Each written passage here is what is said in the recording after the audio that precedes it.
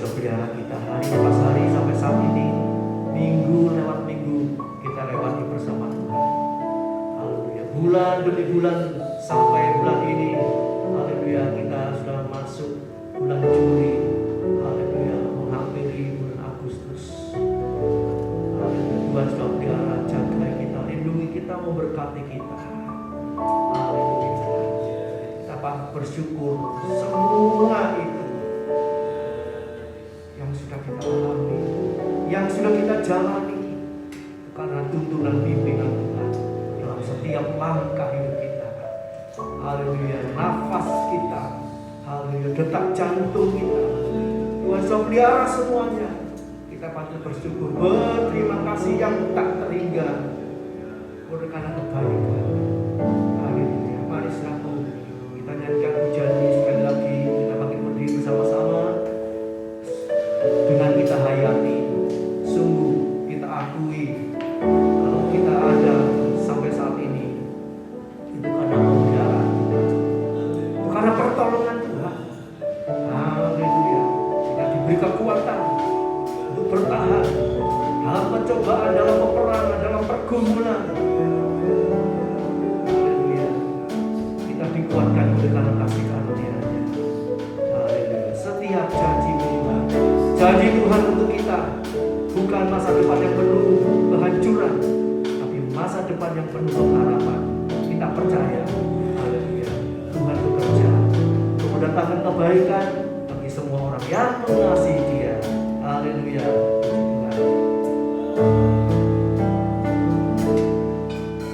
Setiap janji-Mu Tuhan simpan dalam lubuk hati.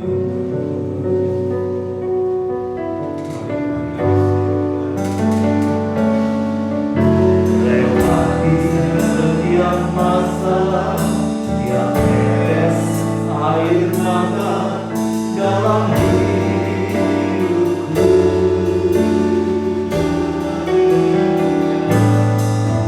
Janji-Mu menopang hidupku, kasih-Mu menuntun langkahku dalam setiap waktu. Penolongku yang aku percaya.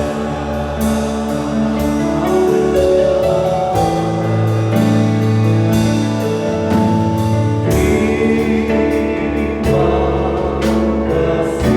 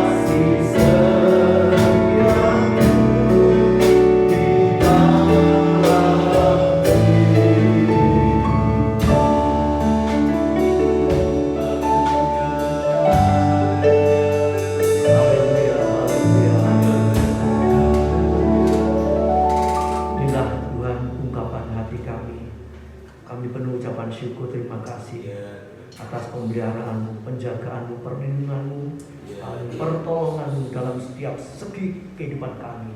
Terima kasih Tuhan, sehingga pada pagi hari ini kami boleh lagi berbakti kepada Tuhan untuk memuji, membesarkan, memuliakan nama Tuhan dengan penuh ucapan syukur. Haleluya. Terima kasih Tuhan. Kalau masih banyak persoalan, pergumulan, perjuangan yang harus kami lakukan, yang harus kami hadapi, Tuhan, kami percaya janji-Mu ya dan amin. Engkau tetap setia, dulu, sekarang, sampai selama-lamanya. Terima kasih Tuhan. Urapi hamba-hamba-Mu, pelayan-pelayan yang bertugas pada pagi hari ini, dan urapan dari tempat yang maha tinggi. Terima kasih Bapa. Terima kasih Tuhan. Engkau tolong saudara kami yang mungkin masih di rumah ataupun dalam perjalanan menuju ke tempat ini. Tuhan, beri kekuatan, beri kemenangan, beri semangat bagi mereka Tuhan, untuk beribadah kepada Engkau, untuk menomorsatukan Tuhan Yesus Kristus sebagai Tuhan dan Juru Selamat, penolong mereka, penolong kami semua. Terima kasih Bapa. Kami serahkan ibadah ini dari awal sampai akhirnya dalam pimpinan Roh Kudus dan kuat kuasa Allah, di dalam nama Tuhan Yesus Kristus. Haleluya, puji Tuhan. Amin. Silakan. Shalom Tuhan. Kembali kita beribadah kepada Tuhan. Pagi hari ini kita siapkan hati pikiran kita mau memuji nama Tuhan, kita mau bersorak bagi Tuhan, kita angkat satu pujian kepada Tuhan yang berkata, Dia tak pernah gagal.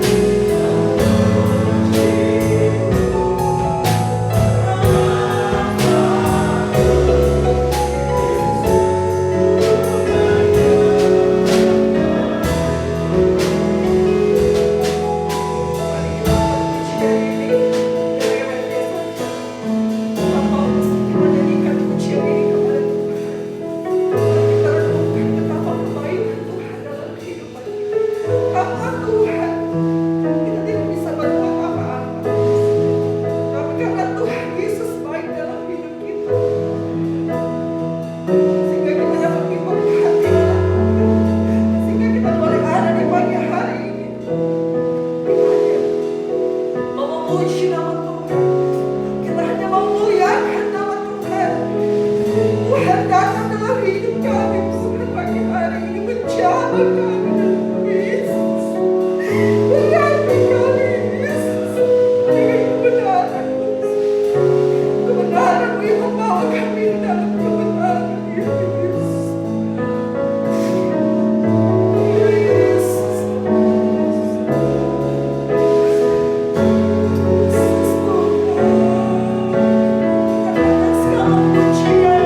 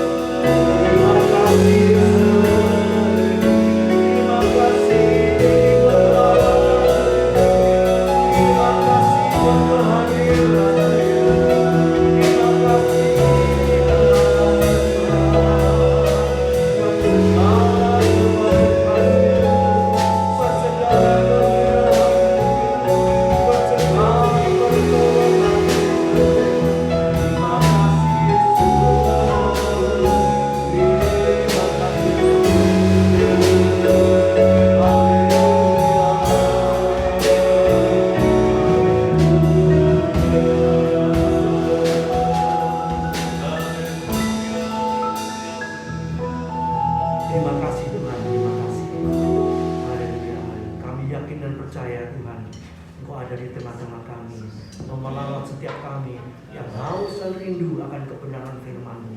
Terima kasih Tuhan, Engkau jawaban atas masalah kehidupan kami masing-masing, dalam problem rumah tangga, pekerjaan, lingkungan hidup, dan segala macam kebutuhan kami. Haleluya, Engkau jawaban bagi kami pada pagi hari ini. Terima kasih Tuhan. Datanglah kerajaan-Mu, jadilah kehendak-Mu, haleluya, sesuai dengan rencana kehendak-Mu dalam kehidupan kami. Kau topang kami, Kau kuat kami, Kau kuatkan kami lewat kebenaran firman Allah. Terima kasih Bapa. Terima kasih Tuhan, memberkati pelayan-pelayan-Mu yang sudah bertugas pada pagi hari ini. Kau pakai seluruh kehidupannya semakin indah, semakin memperkenan hati-Mu. Kau berkati rumah tangganya, usaha pekerjaannya, pelayanannya, kuat kekuatan kesehatannya. Terima kasih Bapa. Terima kasih Tuhan. Sebentar kami akan mendengar firman-Mu Tuhan. Urapi hamba-Mu dengan urapan dari tempat yang maha tinggi. Kau nyatakan rahasia firman-Mu. Hal yang Kau bukakan hati kami, Kau bukakan pikiran kami untuk dapat menangkap kebenaran firman-Mu. Terima kasih Bapa. Terima kasih Tuhan. Memberkati guru sekolah minggu dan anak didiknya Tuhan. Kau berkati semuanya. Haleluya. Supaya pelayanan mereka boleh jadi berkat untuk anak-anak yang masih kecil, sehingga mereka boleh bertumbuh dalam pengenalan akan Tuhan, semakin mencinta Tuhan, takut akan Tuhan, setia kepada Tuhan. Terima kasih Bapa. Kami serahkan pertengahan ibadah ini sampai pada akhirnya dalam pimpinan Roh Kudus dan kuat kuasa Allah, di dalam nama Tuhan Yesus Kristus. Haleluya, puji Tuhan. Amin. Silakan. Puji Tuhan. Bapak Ibu yang dikasihi Tuhan, selamat pagi, selamat berbakti di dalam nama Tuhan Yesus Kristus. Senang sekali pagi ini kita bisa lagi sama-sama bersekutu, saudara ya. Kita masuk di minggu yang baru, kita percaya ada berkat Tuhan yang baru, ada penyertaan Tuhan yang selalu baru setiap hari. Haleluya.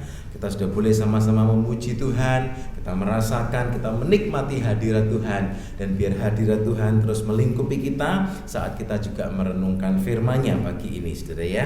Haleluya.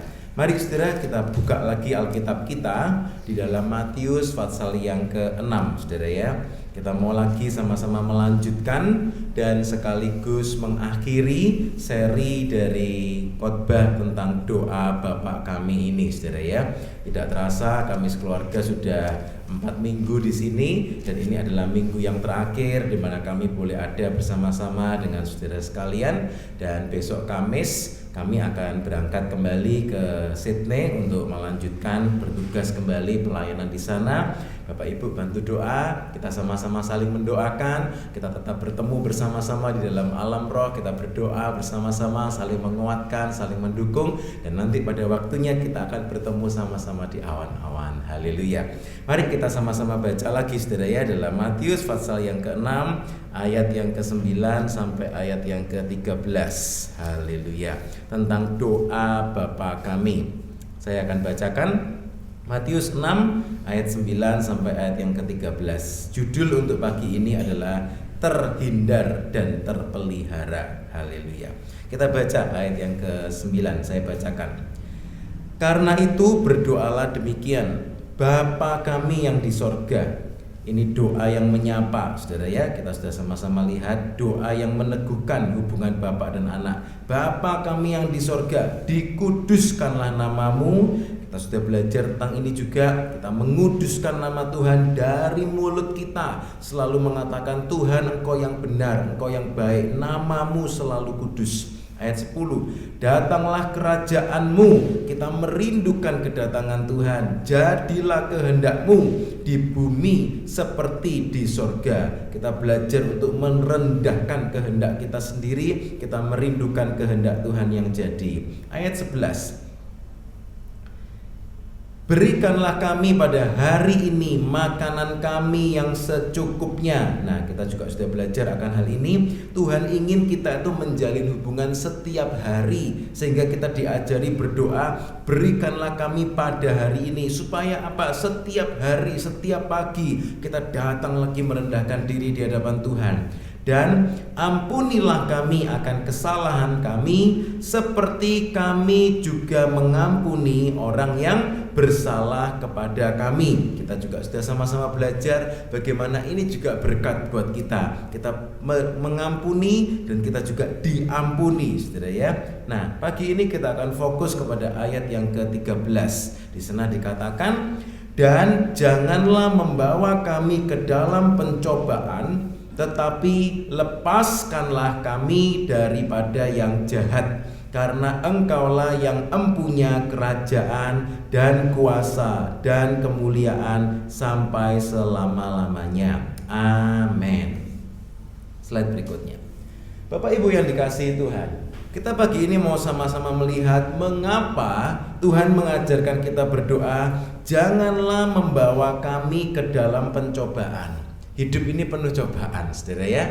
Hidup ini penuh perkara-perkara di sekeliling kita yang bisa mencobai kita. Sebab itu kita diajarkan untuk berdoa, ya Tuhan Yesus, tolong janganlah membawa kami ke dalam pencobaan. Atau dengan kata lain, pencobaan ini juga diterjemahkan menjadi godaan. Ketika orang itu tergiur untuk melakukan sesuatu yang tidak sesuai dengan kehendak Tuhan, itu namanya cobaan. Bahasa Inggrisnya itu temptation, saudara ya, pencobaan. Janganlah membawa kami ke dalam pencobaan. Tuhan tolong supaya kami ini tidak tergoda dengan dunia ini. Dunia ini makin lama akan makin kelihatan indah, saudara ya. Tetapi Tuhan berkata dalam firman-Nya, dunia ini sedang lenyap, sedang menuju kepada keinginannya. Dunia ini seakan-akan seperti melambai-lambai, saudara ya. Ada banyak keinginan dunia ini, ada banyak keinginan dosa. Tetapi pagi ini kita sama-sama belajar supaya kita sama-sama dihindarkan dari pencobaan. Ini satu doa yang sangat penting, saudara.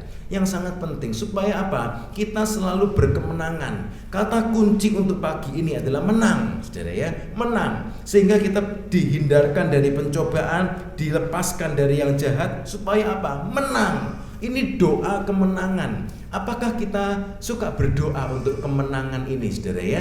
Kadang mungkin kita berdoa, Tuhan tolong saya perlu ini, saya butuh ini, Tuhan tolong mungkin saya khawatir akan hal ini, saya mungkin kepikiran akan hal ini. Boleh, saudara, nyatakanlah dalam segala hal keinginanmu dalam doa dan permohonan dan ucapan syukur. Itu kata firman juga. Tetapi kita juga belajar pagi ini bahwa saat kita berdoa, Tuhan tolong janganlah membawa kami ke dalam pencobaan. Mengapa kita harus berdoa seperti ini?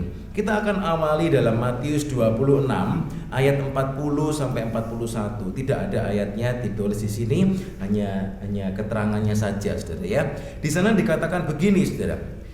Setelah itu ia kembali kepada murid-muridnya itu dan mendapati mereka sedang tidur. Dan ia berkata kepada Petrus, tidakkah kamu sanggup berjaga-jaga 1 jam dengan aku? Petrus diajak berdoa, murid-muridnya diajak berdoa. Ayat 41.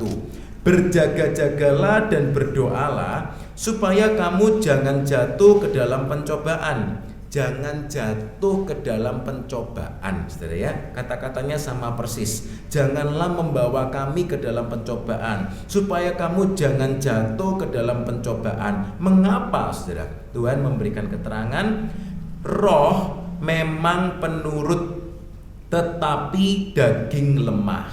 Saudara, kita perlu sama-sama menyadari bahwa roh itu penurut, kata firman Tuhan, tetapi daging itu lemah. Tetapi saudara, kita mau sama-sama lihat kunci kemenangannya. Memang daging itu lemah, saudara, tetapi kita mau sama-sama menang. Caranya bagaimana? Berjaga-jaga dalam doa. Janganlah membawa kami ke dalam pencobaan, ya Tuhan. Tolong Tuhan, ketika dunia ini ingin mencobai, ketika dunia ini melambai-lambai, kita mau berkata, tidak, saya tidak mau melakukan perkara-perkara dosa itu. Saya ciptaan yang baru. Dan kita mau berkata, Tuhan tolong jangan membawa kami ke dalam pencobaan. Kuatkan kami, kuatkan saya, supaya tidak sampai tergoda. Saudara, hari-hari ini tantangan itu semakin banyak, saudara ya.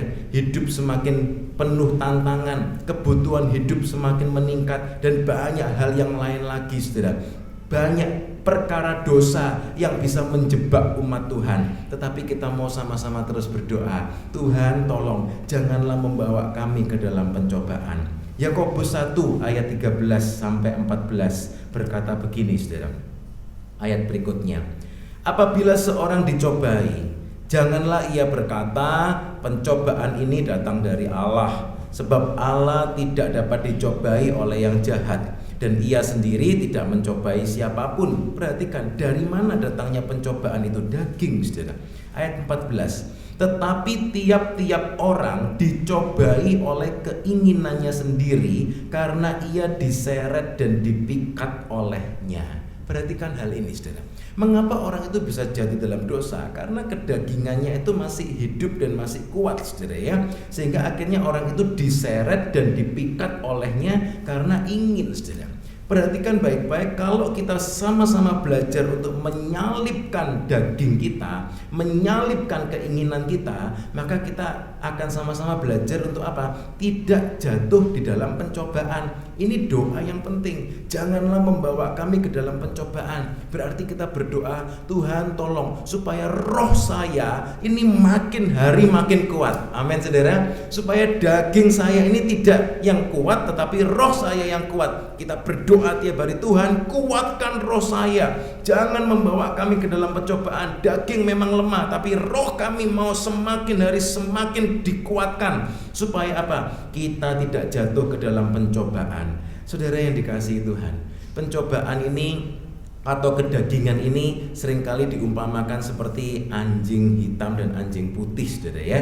Anjing hitam itu yang perkara dosa, anjing putih itu perkara-perkara rohani. Saudara, kalau misalnya anjing putihnya ini tidak pernah dikasih makan, lama-lama lemes, saudara ya. Tetapi anjing hitamnya ini semakin menggonggong gitu, saudara ya. Bagaimana caranya kita mematikan kedagingan ini? Jangan dikasih makan, saudara ya. Ketika anjing yang hitam itu kemudian sudah tidak dikasih makan, akhirnya lama-lama ya dia lemes, saudara. Akhirnya anjing putihnya yang diberi makan terus, anjing putihnya jadi kuat, saudara ya. Ini ilustrasi, saudara, ilustrasi. Tentu kalau orang punya 2 anjing ya biasanya dikasih makan semua, saudara ya.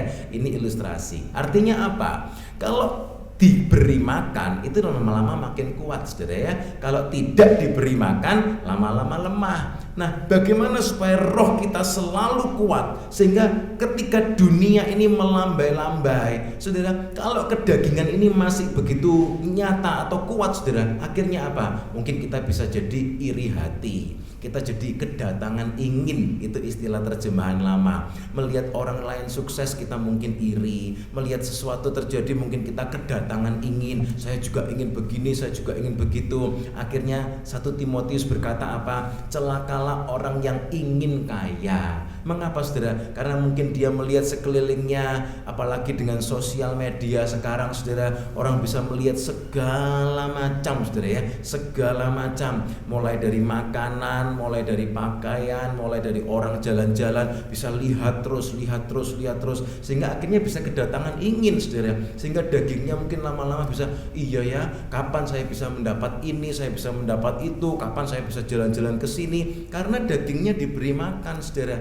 Akhirnya apa? Pikirannya jadi penuh dengan perkara-perkara dunia ini. Kok enak ya orang ini bisa begini, kok enak ya orang itu bisa begitu, nggak kerja jadi YouTuber atau jadi istilahnya sekarang video blogger itu, saudara, orang-orang yang terus buat video-video, kok enak ya, kok enak. Saudara, apa yang kita lihat itu jadi makanan buat kehidupan manusia rohani kita, saudara ya. Kalau kita orang itu makan hal-hal yang seperti itu terus, akhirnya dagingnya makin lama makin kuat, saudara, makin lama makin kuat, sehingga apa? Kemudian orang itu mungkin jadi iri, jadi mungkin mengasihani diri sendiri. Saya kok enggak bisa punya seperti ini, saya kok enggak bisa punya seperti itu, sehingga akhirnya apa? Hidupnya makin lama makin terpuruk. Atau malah ada orang yang semakin berambisi untuk mendapatkan itu semua, tetapi dengan cara yang keliru, saudara. Akhirnya orang itu jatuh dalam pencobaan. Karena apa? Dagingnya masih begitu kuat, saudara. Sebab itu firman berkata, janganlah membawa kami ke dalam pencobaan. Artinya apa? Tuhan tolong supaya roh saya yang semakin hari semakin kuat. Kita mau beri makan roh kita itu dengan serius, saudara ya. Roh kita yang dikuatkan. Saudara, kalau orang itu melihat sosial media dan macam-macam, kemudian dagingnya makin lama makin kuat, hindarilah, saudara, buang, jangan dipegang lagi, saudara ya. Dan beri makan kepada manusia rohani kita. Supaya apa? Iman kita makin kuat. Amin, saudara. Ucapan syukur kita makin hari makin kuat. Kita semakin mengucap syukur. Pengampunan kita makin hari makin kuat. Dan seterusnya, saudara. Kekudusan, berjalan dalam kebenaran, makin lama makin kuat. Kita beri makan manusia rohani. Salibkan keinginan yang mencobai itu, sehingga kita terhindarkan. Kita perlu waspada, saudara. Ada satu ayat dalam Lukas 8 ayat 13. Di sana dikatakan akan datang yang namanya itu masa pencobaan, saudara. Masa pencobaan. Kita baca, saudara ya, dalam Lukas 8 ayat 13. Di sana dikatakan begini. Ini perumpamaan tentang penabur yang menaburkan benih di 4 macam tanah. Ayat 13. Yang jatuh di tanah yang berbatu-batu itu ialah orang yang setelah mendengar firman itu menerimanya dengan gembira, tetapi mereka itu tidak berakar. Mereka percaya sebentar saja dan dalam masa pencobaan mereka murtad. Masa pencobaan ini dalam terjemahan lain dikatakan waktu pencobaan. Masa atau waktu dalam bahasa aslinya itu kalau bilang tentang waktu itu ada 2 macam, saudara ya. Ada yang namanya kronos, ada yang namanya kairos, saudara ya. Kronos itu jam. Kalau saudara mungkin pernah lihat ada jam mereknya itu kronos. Itu jam, itu waktu yang terus berjalan seperti itu. Tetapi waktu yang di sini masa pencobaan, waktu pencobaan itu kata-katanya kairos. Kairos itu artinya apa? Kadang-kadang itu akan datang masa pencobaan dalam hidup kita, saudara. Nah, ini menjadi satu ujian, ini menjadi satu bukti apakah kita itu sudah dagingnya itu masih kuat atau rohnya yang kuat. Dan Lukas 8 ayat 13 ini berkata, kalau hatinya orang itu berbatu-batu, dia terima firman, dia gembira, tapi tidak bisa berakar. Mereka percaya sebentar saja dan dalam masa pencobaan, dalam waktu pencobaan, kairos pencobaan itu, masa-masa pencobaan itu, akhirnya orang itu bisa murtad loh saudara. Ini sangat mengerikan saudara. Mengapa? Karena mungkin kedatangan ingin, karena mungkin akhirnya orang itu kalah dan seterusnya, mengerikan. Kita ingat sama-sama ada orang yang namanya Gehasi. Ingat saudara Gehasi ya. Elia itu punya penerus namanya Elisa, ya kan? Dan kemudian Elisa punya anak buah atau anak bimbing, anak didik itu namanya Gehasi. Bayangkan saudara, ini Gehasi itu bukan ikut sekedar pendeta kecil atau pendeta desa begitu saudara ya, tetapi dia ini ikut Elisa. Saudara, siapa Elisa itu? Elisa ini seorang yang luar biasa, seorang yang mendapatkan pengurapan 2 kali lipat. Karena kita tahu waktu Elia naik ke sorga, diangkat ke sorga, Elisa bilang, Tuhan, aku minta 2 bagian dari rohmu. Ternyata dia dapat, saudara ya. Jadi Elisa kemudian punya anak bimbing Gehasi. Gehasi ini ikut sama Elisa, ikut sama seorang yang punya pengurapan 2 kali lipat, saudara. Tetapi ternyata Gehasi ini kedagingannya itu masih begitu kuat. Saudara ingat ceritanya, suatu saat ada orang kusta yang namanya Naaman itu datang kepada Elisa, tolong dong saya disembuhkan dari sakit kusta ini. Cerita ini bisa dibaca di 2 Raja-Raja pasal yang ke-5, saudara ya. Singkat kata, akhirnya Elisa oleh anugerah Tuhan, oleh kuasa Tuhan membuat mujizat, Naaman ini sembuh, saudara ya. Naaman ini seorang yang kaya raya dan kemudian dia mau membagikan hartanya buat Elisa. Tetapi Tuhan sudah bilang sama Elisa, jangan terima sedikit pun dari apa yang diberikan Naaman. Ini keras sekali saudara ya. Tidak boleh terima apapun dari apa yang akan diberikan Naaman. Jadi Elisa berkata, tidak, saya tidak mau terima apapun dari engkau. Kemudian Gehasinya bilang, waduh mungkin ini tuanku terlalu sungkan dalam hatinya. Dia tidak mau terima apa-apa dari Naaman. Saudara, sebagai hamba-hamba Tuhan di zaman itu, nabi-nabi di zaman itu, mereka hidup dalam penuh kesederhanaan, saudara ya. Mungkin Gehasi berpikir ini waktunya kita mendapatkan berkat yang luar biasa. Singkat cerita, Gehasi ini kedatangan ingin, lalu dia kejar itu Naaman dan dia berkata, Tuan, tuanku itu tadi berubah pikiran, kita kedatangan tamu. Jadi emasnya, bajunya boleh kami terima ya, nanti kita berikan kepada tamu-tamu itu. Dia kedatangan ingin, dia mengejar Naaman, dia berbohong saudara. Dan kemudian dia bawa emas, bawa baju-baju itu pulang mau disembunyikan. Tetapi waktu datang ke rumah, kita tahu ceritanya, langsung Elisa bilang, kamu dari mana? Begitu. Oh, dari ini tuh dan sebagainya. Langsung Elisa berkata, dengan semua yang kamu miliki, kamu sekarang bisa punya tanah, kamu bisa bangun ini, kamu bisa bangun itu. Tetapi, saudara ingat apa yang dikatakan? Kustanya Naaman pindah kepada kamu. Jadi akhirnya dia dapat harta, tapi juga dapat kustanya, saudara ya.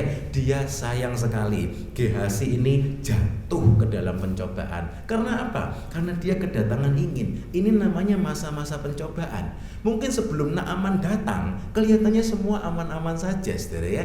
Sebelum Naaman datang, kelihatannya mungkin dia begitu soleh begitu, saudara ya. Dia jadi seorang pengikutnya Elisa yang kelihatannya soleh. Karena apa? Belum ada masa pencobaan itu. Tetapi saudara, kadang-kadang akan datang masa pencobaan itu yang akan membuktikan sampai di mana kualitas iman kita. Itu seperti masa-masa kita itu ujian begitu, saudara ya.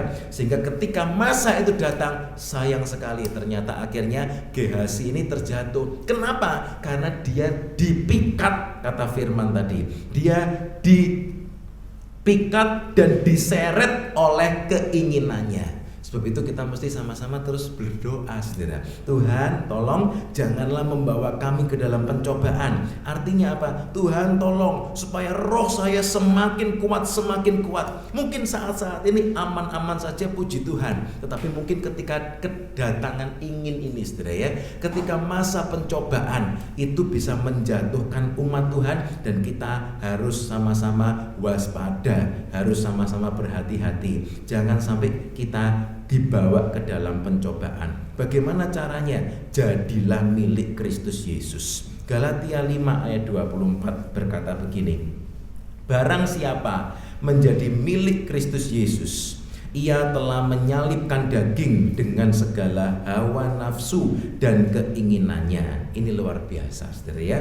Barang siapa menjadi milik Kristus Yesus, ia telah menyalibkan daging dengan segala hawa nafsu dan keinginannya. Sebab itu kita perlu terus berdoa. Setiap pagi waktu kita berdoa, kita mau katakan, Tuhan, saya milik-Mu. Saya salibkan daging dengan segala hawa nafsu dan keinginannya. Hari ini saya tidak mau kalah. Amin, saudara. Janganlah membawa kami ke dalam pencobaan. Besok waktu saudara mulai bekerja, kadang itu banyak tantangan saat kita bekerja, saudara ya. Saat mungkin kita berusaha dalam mata pencarian saudara masing-masing, ada banyak tantangannya. Dulu sekian tahun yang lalu saya bekerja di rumah sakit di daerah Sidoarjo, saudara ya, di satu kampung begitu. Karena saya cari rumah sakit yang kecil, yang jadwal jaganya itu saya bisa atur, bukan mereka yang mengatur saya, saudara. Tetapi di rumah sakit yang kecil pun itu tantangannya banyak, saudara. Saya masih ingat ada satu perawat atau satu suster di zaman itu, pengaturan atau pembukuan itu, pencatatan masih mungkin belum rapi, belum pakai komputer, saudara ya. Saya suka jaga malam-malam, saudara, jaga malam hari. Nah, kadang-kadang itu ternyata saya baru tahu kalau ada pasien datang sesak nafas, saudara ya, asma, kan harus dipakai alat yang disebul itu, saudara ya, diuap gitu ya. Nah, kadang-kadang pasiennya datang, saya atur semua, diuap sama susternya, selesai, pasiennya bayar, ternyata uangnya nggak masuk ke itu, saudara ya, nggak masuk ke rumah sakit. Masuk ke mana, saudara? Masuk ke kantongnya, saudara ya. Saya baru taunya pagi-pagi. Langsung dia pernah satu saat berkata, dok, ini dok, bagi-bagi. Saya pertama nggak ngerti, saudara. Saya pertama tuh nggak ngerti maksudnya bagi-bagi itu apa. Sampai akhirnya saya ngerti, oh alah, ini nggak dicatat. Saya taunya, saudara, ada pasien datang lagi minta kopi resep, saya lupa nomornya berapa, saya suruh ke depan, nggak dicatat sama dia, saudara ya. Oh, nggak ada nomornya. Saya tahu persis di catatan saya, lo ini ada nomornya tanggal segini, lo catatannya nggak ada. Kemudian saya baru ngerti, oh ternyata nggak dicatat. Supaya apa? Supaya masuk kantongnya. Tapi itu zaman dulu, saudara ya, tahun 2008, 2009, kira-kira 15 tahun yang lalu. Saya rasa sekarang semua pencatatan rapi, kita semua tahu kalau tidak diberi struk jangan mau membayar, gitu kan, saudara. Supaya apa? Nggak masuk kantongnya sendiri. Kemudian begitu saya mengerti, beberapa hari berikutnya dia bilang lagi, ayo nih bagi-bagi lagi, tadi malam seperti ini, mau dimasukkan di kantong saya. Saya sekarang ngerti, saya berkata, tidak, saya nggak mau, nggak boleh kayak begini nih, nggak boleh. Saudara, tantangan dalam pekerjaan itu banyak, saudara. Orang Surabaya atau orang Jawa bilang nyeluntit, saudara ya, diceluntit sedikit masuk kantong kan enggak apa-apa begitu, saudara ya. Mungkin orang berkata begitu, tapi kita anak-anak Tuhan tahu ini namanya dosa, ini namanya mencuri. Seringkali ada hal-hal seperti itu. Kita mau sama-sama berdoa, janganlah membawa kami ke dalam pencobaan. Saudara, supaya kita terus bisa hidup berkemenangan bersama dengan Tuhan. Yang berikutnya, saudara, kita diajarkan juga berdoa. Tadi dikatakan, janganlah membawa kami ke dalam pencobaan, tetapi lepaskanlah kami dari yang jahat. Nah, pencobaan itu banyak bicara tentang kedagingan kita, saudara. Nah, yang berikutnya ini, lepaskanlah kami dari yang jahat. Slide berikutnya, lepaskanlah kami dari yang jahat. Ini kita berdoa untuk mohon kemenangan dari serangan si jahat.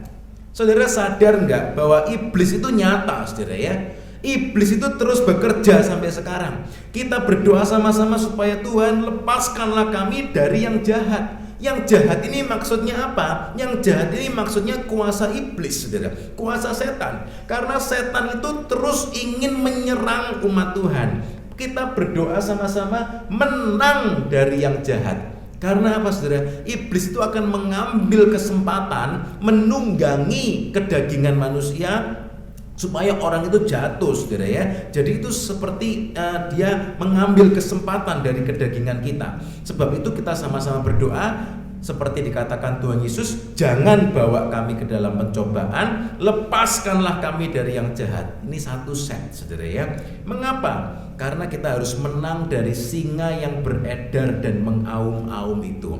1 Petrus 5 ayat yang ke-8.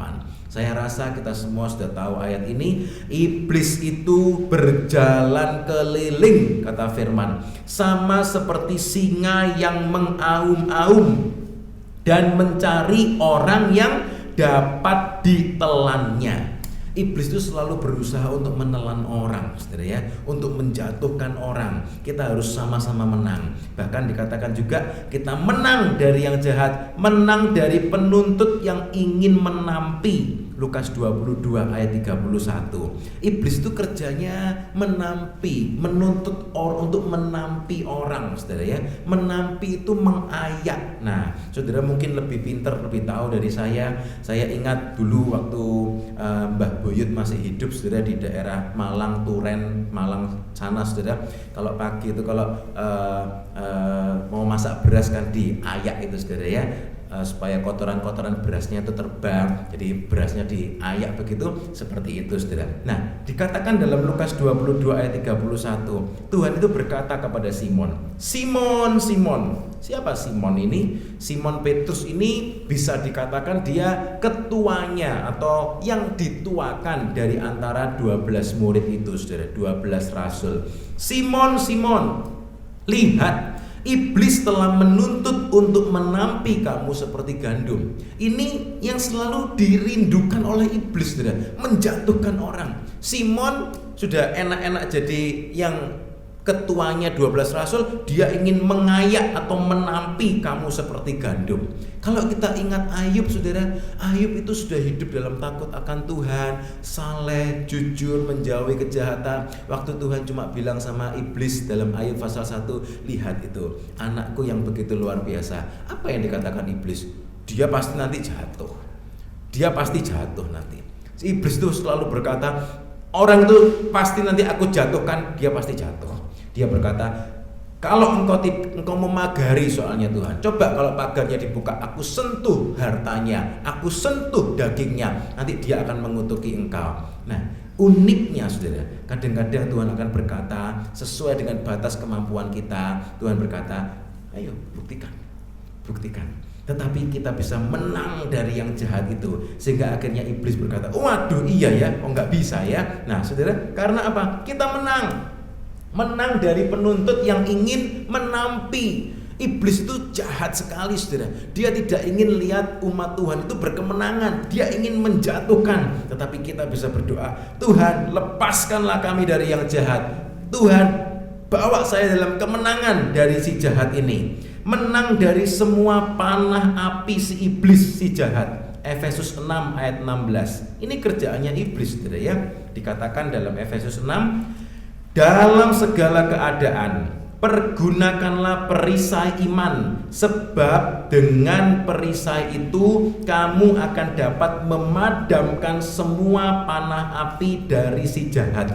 Si jahat ini begitu suka untuk main panah-panahan begitu saudara ya, sehingga dia ingin supaya hidupnya umat Tuhan itu terbakar, hangus, habis seluruhnya. Sebab itu kita berdoa, Tuhan tolong, Tuhan tolong. Saudara, iblis itu akan memakai begitu banyak hal di sekeliling kita untuk terus menjatuhkan umat Tuhan di mana-mana saudara ya, di seluruh dunia. Kuasa si jahat itu sedang terus bekerja. Entah itu negara maju, entah itu negara masih berkembang, iblis itu terus bekerja. Hari-hari ini kalau saudara mengikuti berita saudara, ada yang dikatakan di berita itu bagaimana saudara mungkin mengikuti hari-hari ini ada Olimpiade saudara ya, Olimpiade 2024 di kota Paris. Nah, Olimpiade itu biasanya ada upacara pembukaannya. Itu negara masing-masing bisa membuat show atau pertunjukan terserah mereka saudara ya. Mereka mau buat pertunjukan seperti apa. Yang mengerikan tahun 2024 ini pertunjukan di Paris itu mereka mengolok-olok firman. Mereka membuat satu pertunjukan seperti perjamuan akhir, tapi perjamuan akhirnya itu pakai orang-orang yang LGBT saudara ya. Artinya orang-orang yang identitas jenis kelaminnya itu diubah-ubah, nggak jelas itu saudara, sehingga mereka menirukan seperti perjamuan terakhir. Tetapi jadi mereka buat itu show untuk apa?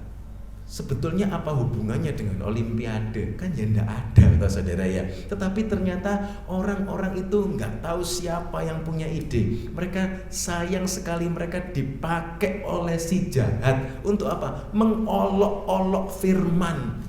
Saudara, apa hubungannya Olimpiade dengan perjamuan terakhir? Nggak ada hubungannya. Tetapi mereka sengaja mengolok-olok firman. Kita tahu siapa di balik itu semua, saudara. Kalau kita renungkan dengan akal sehat saja, saudara, apa hubungannya olahraga dengan perjamuan terakhir? Mengapa mereka mesti otak-atik itu? Tetapi mereka dengan sengaja pakai kesempatan itu untuk mengolok-olok. Puji Tuhannya banyak yang protes, saudara. Bahkan orang-orang yang mungkin tidak terlalu rohani pun mereka berpikir, apa-apaan ini? Masa Olimpiade yang seharusnya mempersatukan bangsa-bangsa dipakai momennya untuk mengolok-olok? Bukan hanya mengolok-olok gereja, mereka mengolok-olok banyak hal. Apa seperti ini, saudara? Tetapi itulah yang memang terjadi di akhir zaman ini, saudara. Ini menunjukkan apa? Iblis atau si jahat itu tidak pernah tinggal diam. Dia akan terus menembakkan ide-ide gila. Dia akan terus menembakkan ide-ide jahat kepada banyak orang, sehingga orang itu mengolok-olok. Seringkali anak-anak saya tanya, saudara ya, loh, ada mobil kok pakai stiker 666. Nah, saudara tahu 666 itu apa, saudara? Antikris. Ada yang antikris itu dalam bahasa Inggrisnya juga disebutkan the beast atau binatang buas itu. Kadang-kadang di sana itu ada orang pakai tato, saudara ya. Orang pakai tato ditulisi 666. Jadi mereka seakan-akan mengolok-olok, aku tidak percaya kepada antikris. Ini loh aku antikrisnya. Dia pakai tato 666. Saudara, mengerikan sekali. Kok bisa ada orang itu sampai seperti itu? Kok bisa dia ingin ditato tulisannya 666? Berarti dia tahu Alkitab. Ya kan saudara? Karena apa? Angka itu cuma ada dijelaskan di Alkitab. Dia tahu, tetapi kemudian dia sengaja mengolok-olok firman. Aku tidak percaya. Ya ini aku antikrisnya. Ditato saudara. Mobilnya ditempeli tulisan 666. Kadang-kadang ditulisi the devil atau ini aku setannya. Mengerikan sekali.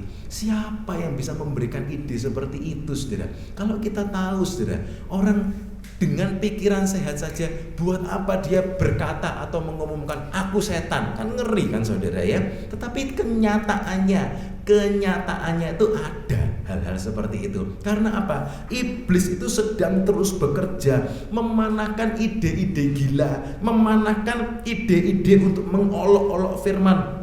Dan ini semakin lama akan semakin banyak di akhir zaman, saudara.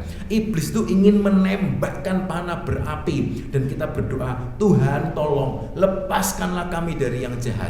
Firman berkata, mendekati akhir zaman ini, saudara, iblis itu juga tahu kalau waktunya itu semakin singkat. Coba kita baca ayat itu, tidak ada di depan. Saya barusan teringat akan ayat itu, saudara, dalam Wahyu pasal yang ke-12. Kalau tidak salah ayat yang ke-10, di sana dikatakan iblis itu tahu kalau waktunya itu sudah singkat. Sebab itu dia sangat serius saudara ya, dikatakan dalam ayat 12. Karena itu bersukacitalah, Wahyu 12 ayat 12. Hai surga dan hai kamu sekalian yang diam di dalamnya, celakalah kamu hai bumi dan laut, karena iblis telah turun kepadamu dalam geramnya yang dahsyat, karena ia tahu bahwa waktunya sudah singkat. Perhatikan saudara, iblis itu tahu, si jahat itu tahu kalau waktunya juga makin hari makin singkat. Dia tahu dia pasti akan kalah, tapi tetap dia ingin melawan. Itulah namanya iblis saudara ya. Dia begitu terus mengeraskan hati, sekalipun dia tahu nasibnya itu bakal dibinasakan, tapi dia tidak pernah mau bertobat saudara. Dan dia tahu waktunya itu sudah singkat, dan dia turun dalam geramnya yang dahsyat. Di akhir zaman ini saudara, mari kita sama-sama terus jagai diri kita, keluarga kita. Kita mau berdoa, lepaskanlah kami dari yang jahat, karena si jahat itu terus akan berusaha mengacaukan banyak hal. Anak-anak kita mungkin seringkali mereka lebih anteng saudara ya. Kalau apa? Sudah nih biar kamu anteng, sudah dikasih handphone, dah suruh lihat gitu saudara ya. Lihat apa? Ya sudah, terserah mereka mau lihat apa saja. Seringkali bahkan di sana pun pemerintah itu mengingatkan, jangan biarkan anak-anak itu lihat handphone sendirian. Mengapa? Itu seperti mengizinkan banyak perkara yang jahat itu masuk ke dalam kehidupannya. Bahkan pemerintah yang tidak percaya Tuhan pun tahu saudara, YouTube dan yang lain-lain itu bahaya buat anak-anak. Dan hari-hari ini kadang-kadang orang tua kecolongan saudara ya, sudah pokoknya anteng, sudah lihat macam-macam, ternyata perkara-perkara yang jahat juga bisa masuk saudara. Karena apa? Iblis itu sedang memakai segala macam hal. Menang dari si jahat juga dalam Wahyu 12 ayat yang ke-10. Ini salah satu yang penting saudara ya. Menang dari si pendakwa. Wahyu 12 ayat 10 itu berkata begini. Sekarang telah tiba keselamatan dan kuasa dan pemerintahan Allah kita dan kekuasaan Dia yang diurapinya, karena telah dilemparkan ke bawah pendakwa saudara-saudara kita yang mendakwa mereka siang dan malam di hadapan Allah kita. Salah satu pekerjaan iblis itu juga sering mendakwa. Mendakwa itu artinya apa? Mendakwa itu menuduh, mengingatkan umat Tuhan akan mungkin hidupnya yang lama, dosa-dosanya, dan itu terus diingatkan terus. Kamu tuh berdosa, kamu tuh tidak layak, kamu tuh jelek, dan yang lain-lainnya. Saudara, tetapi kita bisa mengatakan di dalam nama Tuhan Yesus, iblis kamu minggir. Kenapa? Saya mungkin memang dulu itu hidup lama saya, itu dulu manusia lama saya, memang dulu dosa saya merah seperti kirmisi. Tapi kita bisa katakan di dalam nama Tuhan Yesus, saya jadi ciptaan yang baru, saya lebih putih daripada salju. Saudara, kadang-kadang dunia ini juga punya cara pikir seperti iblis. Mungkin saat ini oleh anugerah Tuhan kita bisa ada di dalam Tuhan, kita sungguh-sungguh, kita melayani Tuhan. Tetapi mungkin ada orang-orang yang tahu kehidupan lama kita, orang-orang yang mungkin mengenal kita dari lama saudara. Mungkin orang-orang itu juga kadang-kadang bisa punya ide sama seperti iblis saudara. Orang-orang itu mungkin ingin menuduh kita, mendakwa kita. Kita bisa sama-sama katakan, betul itu dulu saudara. Kita tidak menutupi, kita bisa berkata, iya memang itu dulu. Tetapi saya sekarang di dalam Tuhan, saya jadi ciptaan yang baru. Yang lama lenyap, saya jadi ciptaan yang baru. Iblis itu juga sukanya itu mendakwa. Sebab itu kita diingatkan Tuhan berdoa menang dari yang jahat saudara. Karena si jahat itu suka menampi, suka menelan, suka menembakkan panah berapi, dan ternyata suka mendakwa, menuduh, mengungkit-ungkit perkara yang lama dengan tujuan untuk kamu tuh gak layak, dengan tujuan untuk menjatuhkan dan menjatuhkan. Saudara, sebab itu dengan tujuan untuk mempermalukan, kira-kira seperti itu. Salah satu contoh saudara, kadang-kadang anak-anak di sekolah itu mereka kan bersama-sama begitu saudara ya. Kadang-kadang ada satu cerita, ada anak waktu TK itu pernah ngompol sekali di kelas saudara ya. Ya namanya anak TK, kadang-kadang Enggak nututi, ngompol, saudara ya. Kadang ada juga yang ngompol, ada yang ngantong, saudara ngerti maksudnya ya. Nah, kemudian bayangkan kalau seandainya temannya itu ada yang ingat sampai kelas 6, sampai SMP, sampai SMA, kemudian dia katakan terus, kamu dulu pernah ngompol, kamu dulu pernah ngompol, kamu pernah ngantong, dan yang lainnya, saudara. Dia inginnya mempermalukan terus. Kalau anak itu, istilah zaman sekarang itu dibully gitu, saudara ya.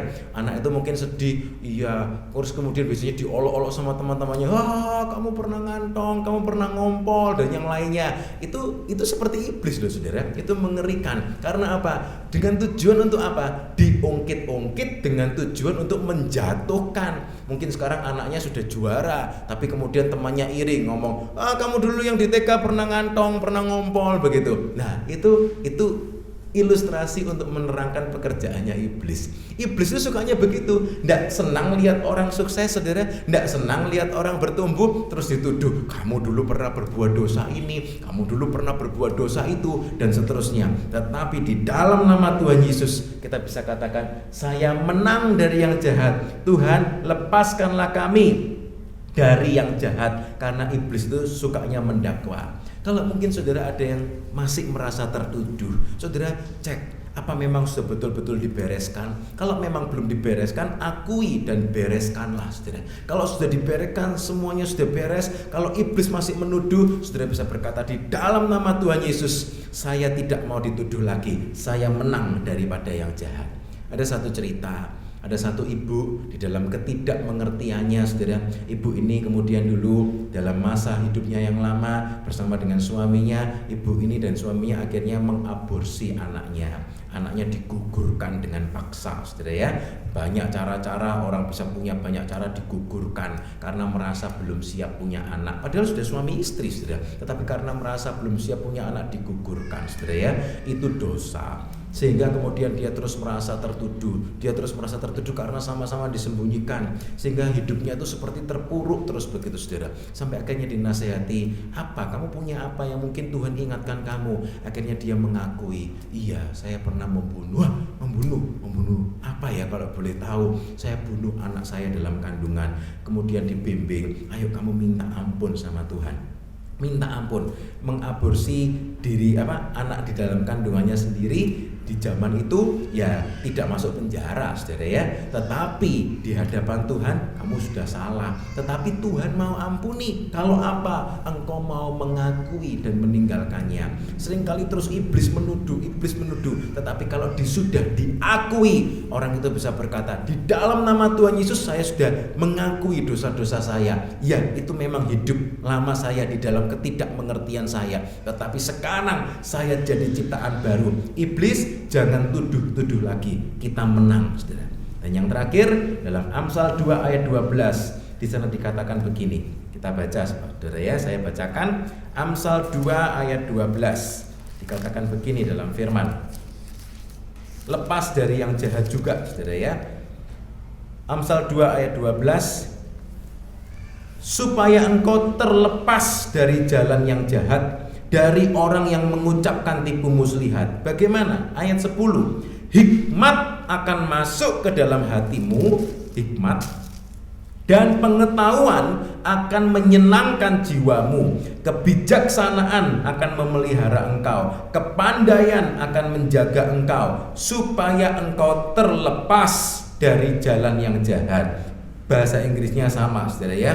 To deliver you from the way of evil. Dilepaskan dari yang jahat. Bagaimana? Firman. Ketika kita semua terus simpan firman, kita lakukan firman, hikmat masuk dalam hati, pengetahuan menyenangkan jiwa kita, maka saudara dan saya akan dimampukan untuk terus menang dari yang jahat. Haleluya. Slide terakhir, saudara.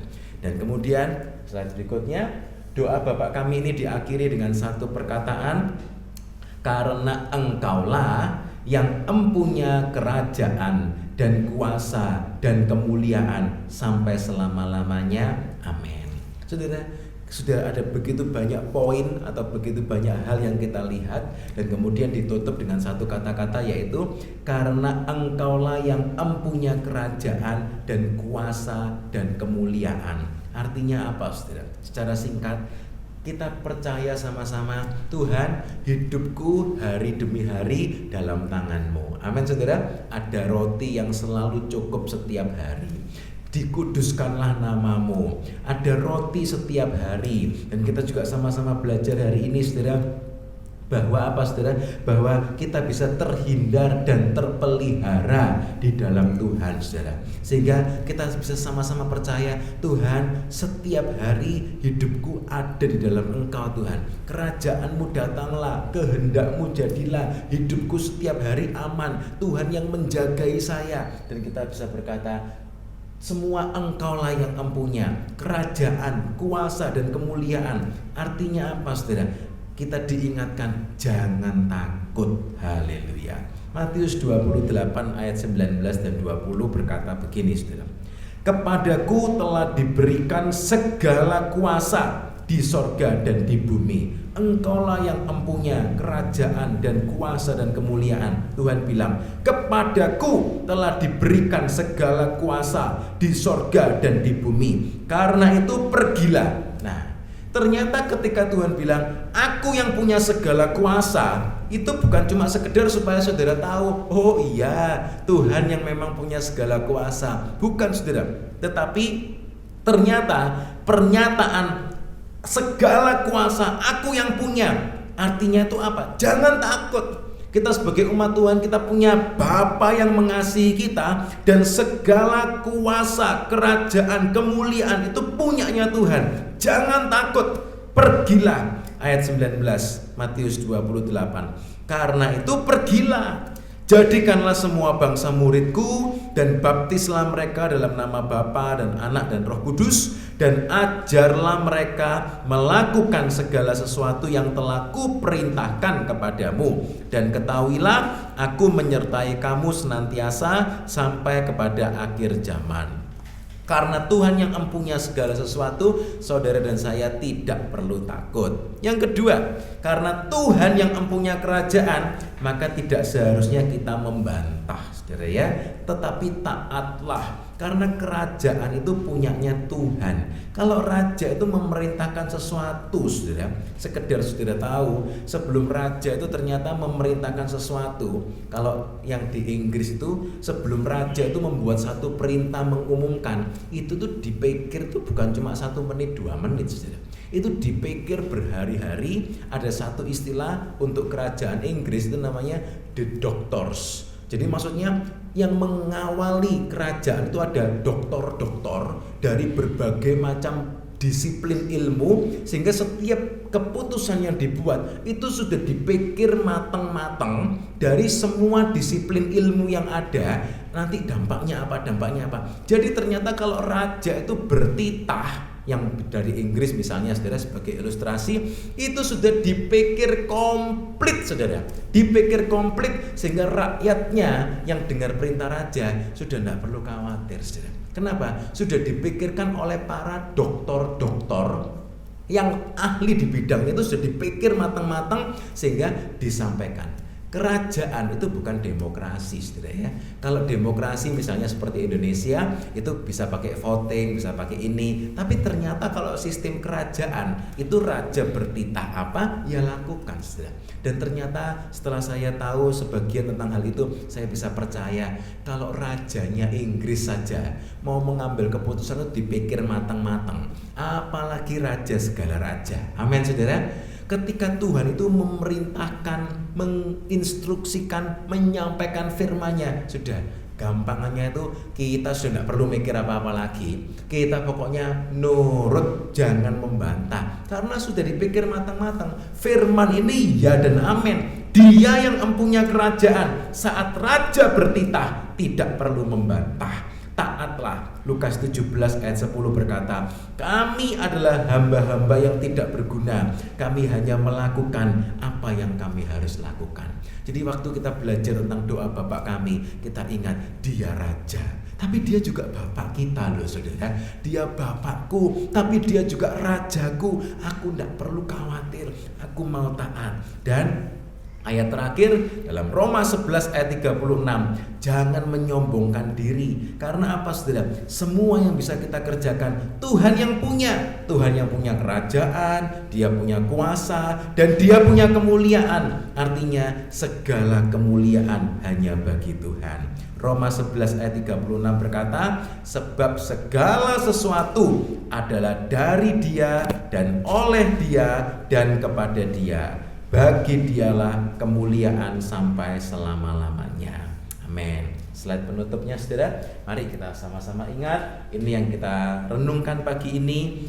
Janganlah membawa kami ke dalam pencobaan, biar kedagingan kita terus disalibkan, terus dienolkan, terus dimatikan. Tetapi lepaskanlah kami daripada yang jahat. Si jahat ini punya banyak cara untuk menyerang, punya banyak strategi, tapi kita bisa menang. Lepaskanlah kami dari yang jahat, karena Engkaulah yang mempunyai kerajaan dan kuasa dan kemuliaan sampai selama-lamanya. Amin. Mari kita sama-sama bangkit berdiri, kita berdoa, kita nyanyikan satu lagu. Ku tidak takut sebab Engkau besertaku, ku tidak bimbang sebab Engkau Allahku. Haleluya. Saudara, biar kita sama-sama akhiri ibadah kita pagi ini. Juga ini bulan Juli sudah habis saudara, tapi kita percaya waktunya makin hari makin dekat, Tuhan akan datang.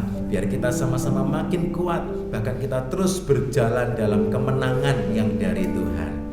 Terima kasih Tuhan, terima kasih. Kita nyanyikan lagu ini beberapa kali. Saya minta Bapak Gembala untuk boleh menutup dalam doa, juga mendoakan kami sekeluarga yang akan kembali dalam pelayanan besok Kamis. Terima kasih Tuhan. Katakan sama-sama, ku tidak takut sebab Engkau yang besertaku. Ku tidak takut. Terima kasih Tuhan. Sebab Kau besertaku. Amin. Ku tidak bimbang sebab Engkau salahku. Terima kasih Tuhan, Engkau meneguhkanku, bahkan menolongku. Katakan Kau batu karangku, Kau batu karangku. Siapa Dia? Katakan Yesus Tuhan. Yuk sama-sama kita angkat tangan. Yesus memegangku. Amin Tuhan. Dengan tangan kananmu. Amin. Yesus memberiku kemenangan. Katakan Yesus memegangku, memegangku. Bersamamu kami menang Tuhan. Amin. Menangmu Yesus memberiku, Yesus memberiku kemenangan, kemenangan. Sekali lagi sama-sama katakan Yesus memegang, Yesus memegangku. Kami percaya Tuhan, Engkau yang akan pegang setiap tangan kami Tuhan. Haleluya, haleluya, haleluya. Yesus memberiku, kami menang bersama Engkau Tuhan. Kemenangan, Yesus memegangku, Yesus memegangku. Haleluya. Dengan tangan kananmu. Haleluya. Yesus memberiku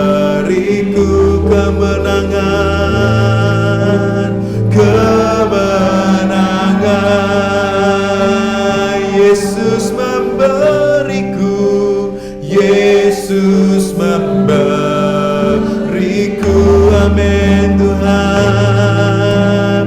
Kemenangan. Sekali lagi dengan penuh iman katakan, Yesus memberiku, Yesus memberiku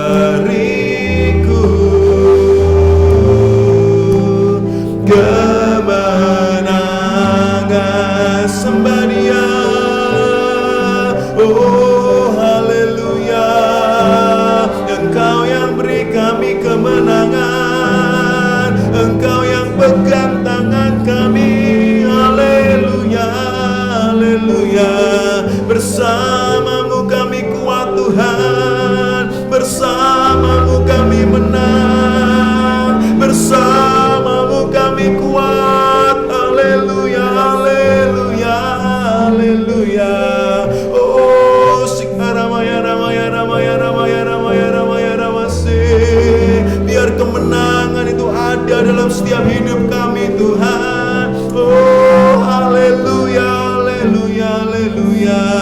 Sikharamaya Ramaya Ramaya Ramaya Ramaya Ramase. Oh haleluya, haleluya, haleluya, haleluya.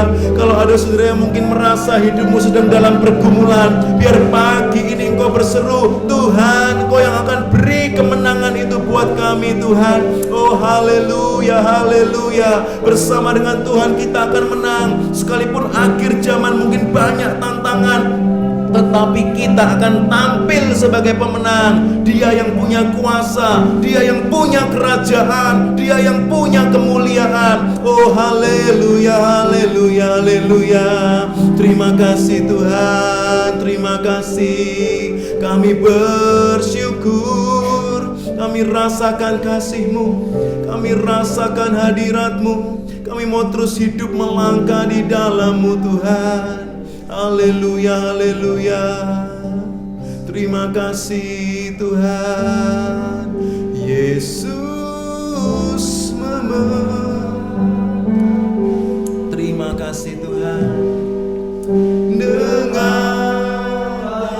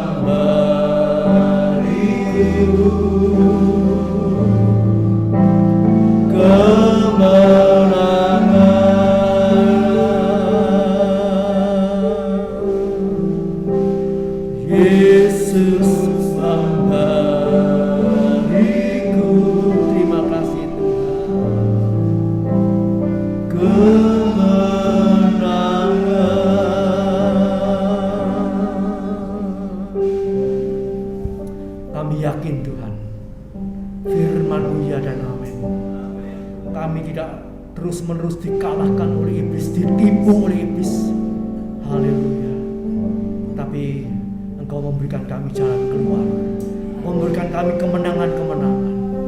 Oleh sebab itu Tuhan, kami mau berkomitmen kepada Engkau Tuhan, seperti Daniel, Sadrak, Mesak, dan Abednego, sehingga mereka boleh mengalami kemenangan-kemenangan dari Tuhan. Tidak lagi dipakai iblis, ditipu oleh iblis, tapi kami boleh mengalahkannya di dalam nama Tuhan Yesus. Terima kasih Tuhan. Terima kasih Tuhan.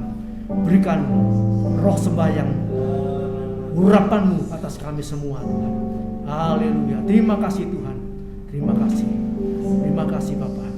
Haleluya. Puji Tuhan. Memberkati hamba-Mu yang sudah menyampaikan kebenaran firman Allah selama 1 bulan di tempat ini Tuhan. Haleluya. Dan besok Tuhan hari Kamis akan kembali ke Sydney Tuhan, dalam pelayanan, dalam pekerjaan, dalam perjuangan. Tuhan tolong, sertai, lindungi, berkati, urapi dengan urapan dari tempat yang mati. Tutup bungkus sesi keluarga oleh kuat kuasa darah. Haleluya, haleluya, haleluya. Beri kemenangan-Mu, kemenangan untuk untuk boleh dibagikan bagi banyak orang di sana. Nama-Mu dibesarkan, dipermuliakan. Kami yakin dan percaya Tuhan, Engkau menjaga, menyertai, melindungi dalam perjalanan sampai tempat tujuan dengan selamat, tidak kurang satu apapun. Terima kasih Tuhan. Curahkan rahmat berkat-Mu, kasih karunia-Mu yang lebih lagi Tuhan, baik secara jasmani, baik secara rohani, untuk mempermuliakan, membesarkan nama Engkau. Terima kasih Bapa. Terima kasih Tuhan. Terima kasih. Terima kasih Tuhan. Sebentar kami akan kembali ke rumah masing-masing Tuhan. Haleluya. Hamba mohon dengan berkat-berkat dari Allah Bapa, cinta kasih dan Tuhan Yesus Kristus, penyertaan Roh Kudus menyertai kita dulu, sekarang, sampai selama-lamanya. Terima kasih Bapa. Terima kasih Tuhan. Dan segala korban persembahan yang akan dikorbankan, dipersembahkan kepada Tuhan, Engkau yang membalas berlipat-lipat kali ganda. Terima kasih Bapa. Terima kasih Tuhan. Segala puji, hormat, syukur, kebesaran, kemuliaan hanya bagi Allah Bapa di surga. Terima kasih Bapa. Terima kasih Tuhan. Biar berkat dari Allah Bapa di surga menyertai kita sekarang sampai selama-lamanya. Di dalam nama Tuhan Yesus Kristus. Haleluya. Puji Tuhan. Amin. Kita nyanyikan terima kasih Bapa. Terima kasih Bapa. Terima kasih Yesus. Terima kasih Roh Kudus. Terima kasih. Selamat pagi, Tuhan memberkati.